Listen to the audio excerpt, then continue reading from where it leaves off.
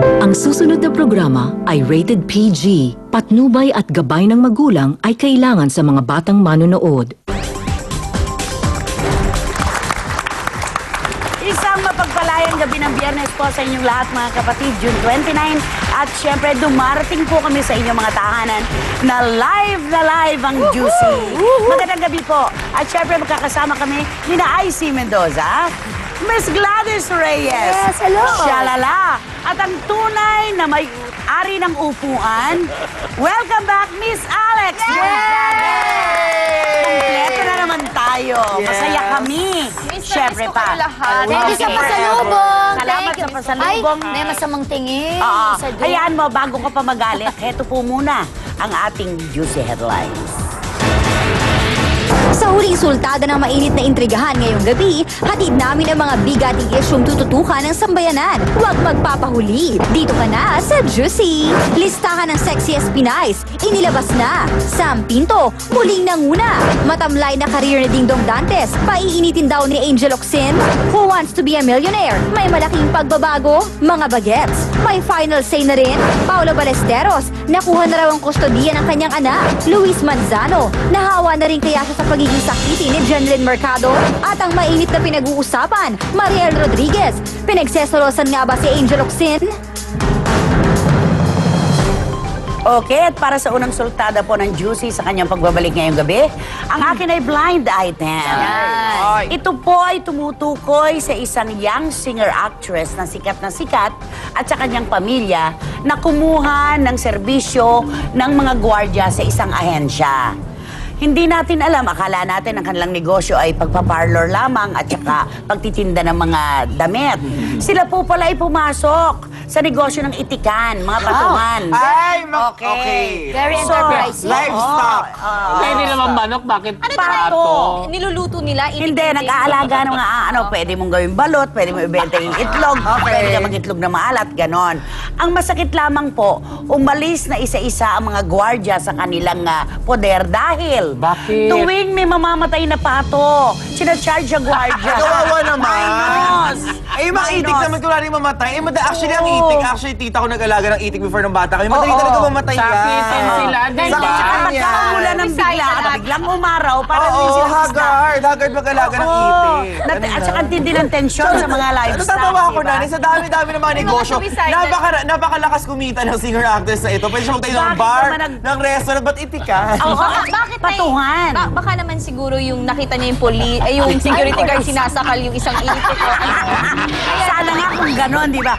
Ang ginawa ng ahensya, pinull out ang kanilang mga gwardya at ngayon, talaga nagagasgas ang swelas ng kanilang sapatos at saka ang kanilang mga tsinelas dahil may 50,000 pesos pang kulang ang pamilyang ito dito sa ahensya ng mga gwardya. Magbago na lang sila ng business video, bar. Ayun na. At may katotohanan pala yung mga kwento tungkol sa pagkain. Na ano? Kung merong isang na nagpapakain sa tabi ng asuhan. Ito naman, pinakakain ng kanilang mga gwardya sa tabi ng mga itikan. Ayun. Kaya Bakyoho din. Kanya-kanyang alaga lang yan. ang clue natin, sikat na sikat ang young singer-actress na ito. Sobrang sikat. At kilalang-kilala rin ang kanyang nanay sa pagiging Madam Curie. Yes. Kuripot. Oh, yes. Ayun. Okay. Yun lang.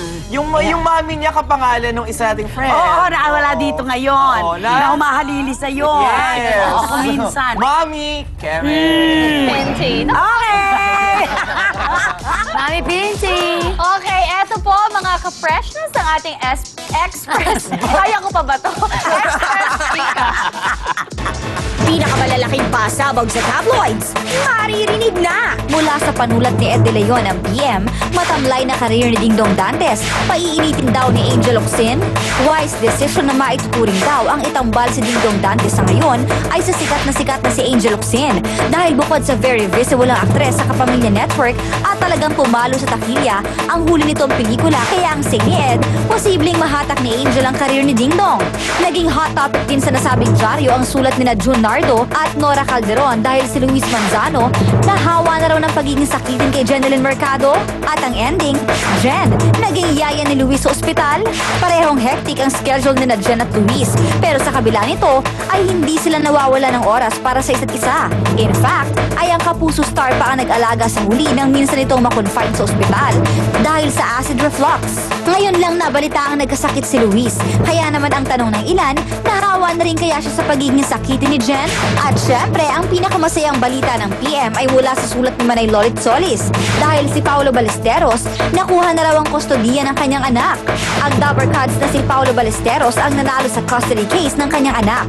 Kaya naman masasabi na raw nitong kompleto na ang happiness niya sa buhay dahil kasama na niya ang kanyang unika iha. Sa ngayon ay nasa New York na ang ina ng bagets, kaya solong-solo na ni Paolo ang kanyang anak. Alam mo, ang isa pang may sakit talaga ngayon, bukod kay Luis, ang kanyang dakilang ina, si Governor Vilma Santos. sakit si Governor?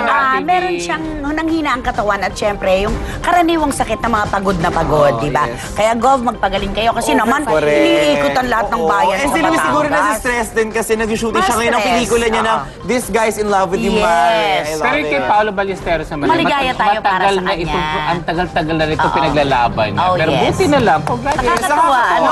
Actually, Masaya pangarap siya ko na yan ngayon. bilang isang homosexual. Gusto ko rin magkaroon ng isang anak. Tayong dalawa. Basta, here in Juicy, we love Ate V, Governor Yes. V. Of course, Gov. Pagaling po kayo. Nanay, siguro wag naman nating sabihin na naging yaya po si Miss Jeneline Mercado. Di ba dahil mabait siyang girlfriend pag may sakit ang ating kasintahan, syempre At inaalagaan. karaniwang nangyayari yun, nagaganap talaga Ganun yun. naman talaga. Sino mag-aalaga? Ibang tao. Diba? Siyempre, kasi hindi Si nagmamahal. Shara lang kahit di niya jowa, inaalagaan niya. Basta Di alam ba ko nga po, sila attached na? ang napansin ko na si Jeneline, kung kailan talaga nagkaanak, di ba, mas lalong gumanda. Mas gumanda nagkaroon ng karakter. Yes. Mga Yes. ganda niya. Kaya ito Okay, mga guys. precious, ito more updates sa ating kapatid update. Kapatid update, Who Wants to be a Millionaire? Ang pinakabigatin at pinaka-successful game show ng TV5 ay magbabalik na. Who Wants to be a Millionaire? May malaking pagbabago? Mga bagets, may final say na rin?